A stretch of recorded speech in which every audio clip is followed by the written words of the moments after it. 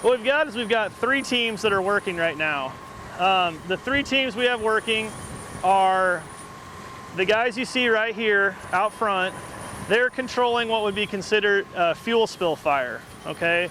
So they're working on controlling fuel that is spilled on the ground after the fire, after the plane has had an incident, and working on as fuel spreads across the ground, it gets exponentially worse. These guys over here on the right, they're basically the safety backup team. They are, if something goes bad, they're gonna jump into action and help out. We call it the RIT team, the Rapid Intervention Team. And what we can't see is there's a crew inside the fuselage of the airplane, either doing fire suppression on the inside of the airplane or working to make rescues from victims that would be trapped in there. I think they normally have a couple dummies inside there that we go in and pull out of the fuselage.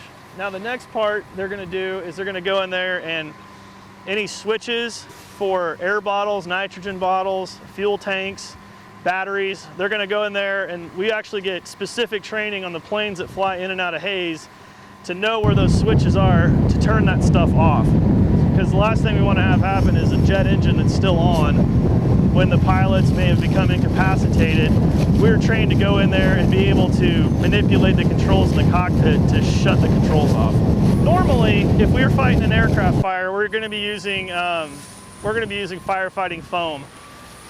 What it does is it seals the fuel and doesn't allow the vapors of the fuel to ignite. The reason we're not training with foam right now is foam is pretty expensive, and we're not working with a jet fuel fire right now. This is all a propane fire, so it's the same kind of propane used in your gas grill.